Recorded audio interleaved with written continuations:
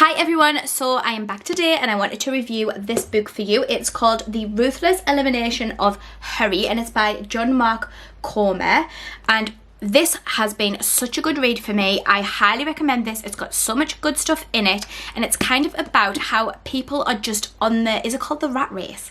I don't know what it's called, but like the little hamster wheel spinning and spinning and spinning, and it's kind of cool to be busy nowadays, and I witness that all of the time with my friends. People kind of have more respect the busier that they are, where it just makes no, biblically, it makes no sense. Where's your time for God if you've got to kind of cram him into your busy life? And this book kind of talks about that and setting up priorities. Its tagline here at the front is how to stay emotionally healthy and spiritually alive in the chaos of the modern world. And chaos is the perfect word to describe it. I got this book at the perfect time because if you've watched my previous videos, hi, and you know like what I've been going through and stuff, I've recently just got out of the teaching game where I was so stressed, I had so much work to do, and it's kind of like your life doesn't really matter. You've just got to cram all of this into it. Your well-being doesn't matter as long as your boss is getting the results that they need out of you. So I left that and then I had this total downtime, which was amazing. But unfortunately I had to go back to work because we don't earn enough money where I can possibly stay at home. So this book came along at the perfect time because where I work now, I work with two entrepreneurs. So this business they created themselves, and they are the busiest people I've ever came across. One of them runs a charity alongside this business, and the other one, this is just her whole life from kind of 5 a.m. to midnight every single day. This is what she does. And it's hard when you're working with them because they are so busy and they are constantly talking a million miles an hour and have a jobs list as long as their arm to get wrapped up in that. So I was so glad that I read this before I started that job because it has stuck in my mind of calm down, they might be busy, you don't need to be, don't get into it. Even like simple things. So for example, the other day I was in the office and I was sitting with one of my bosses and the other one came in. And it was about 2:20. So the boss that I was sitting with was eating her lunch. And the other one walked in. And the boss I was sitting with said, "Oh, I'm only just getting my dinner now. It's been non-stop. I've been so busy. I'm only just getting my dinner now." Kind of in like a bragging way. And then the one who walked in said, "Well, I haven't even had time to have my dinner yet. I still need to go get it." And it was like they were in competition with each other for who was the busiest. And I was just sitting there like, I had my dinner 2 hours ago. I'm cushy, you know, I'm on my snack now. But this book just really puts in perspective, like, what are you doing?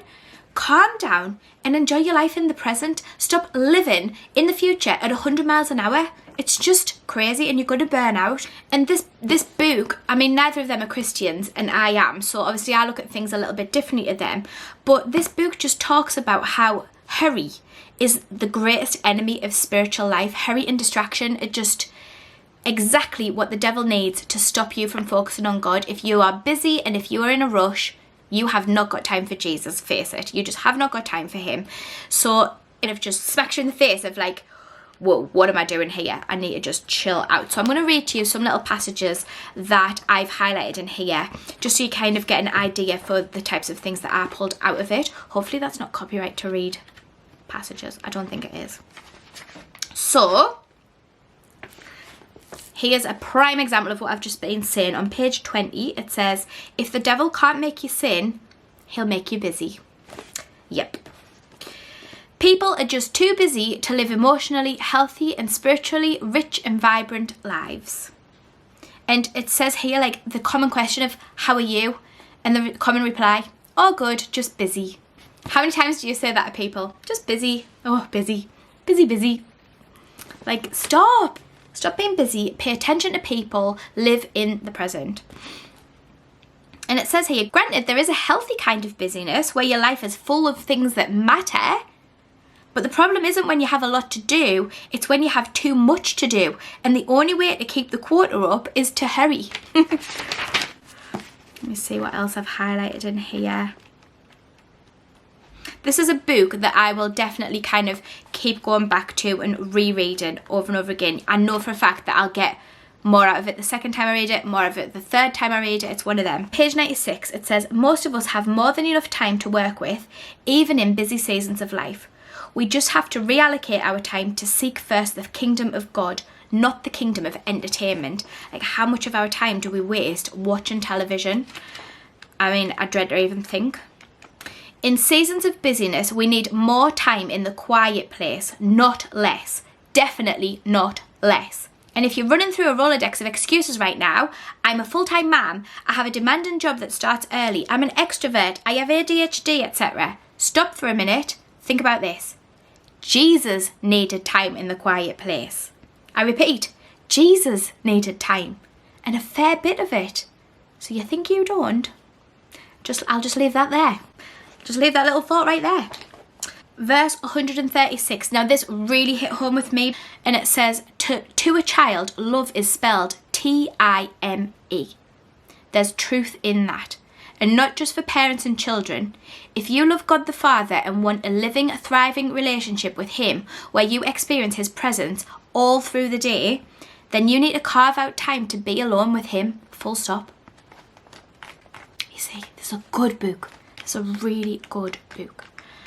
What else have we got in here? Yeah, and then it talks about money and how much money we just waste because advertisers really grab our attention and suck us in, and it advises us that we wait. We don't just buy something as soon as we think we want it, but we wait, and actually most of the time we'll forget about it or realise that we don't actually want it. It's the way that things are put to us and advertised to us that make us hungry for them. And it says here, our consumer economy is now built around people spending money they don't have on things they don't need. I am guilty of that 100%. And I've written a little note here at the top, and it just says, overspending is definitely not rational, yet most people do it.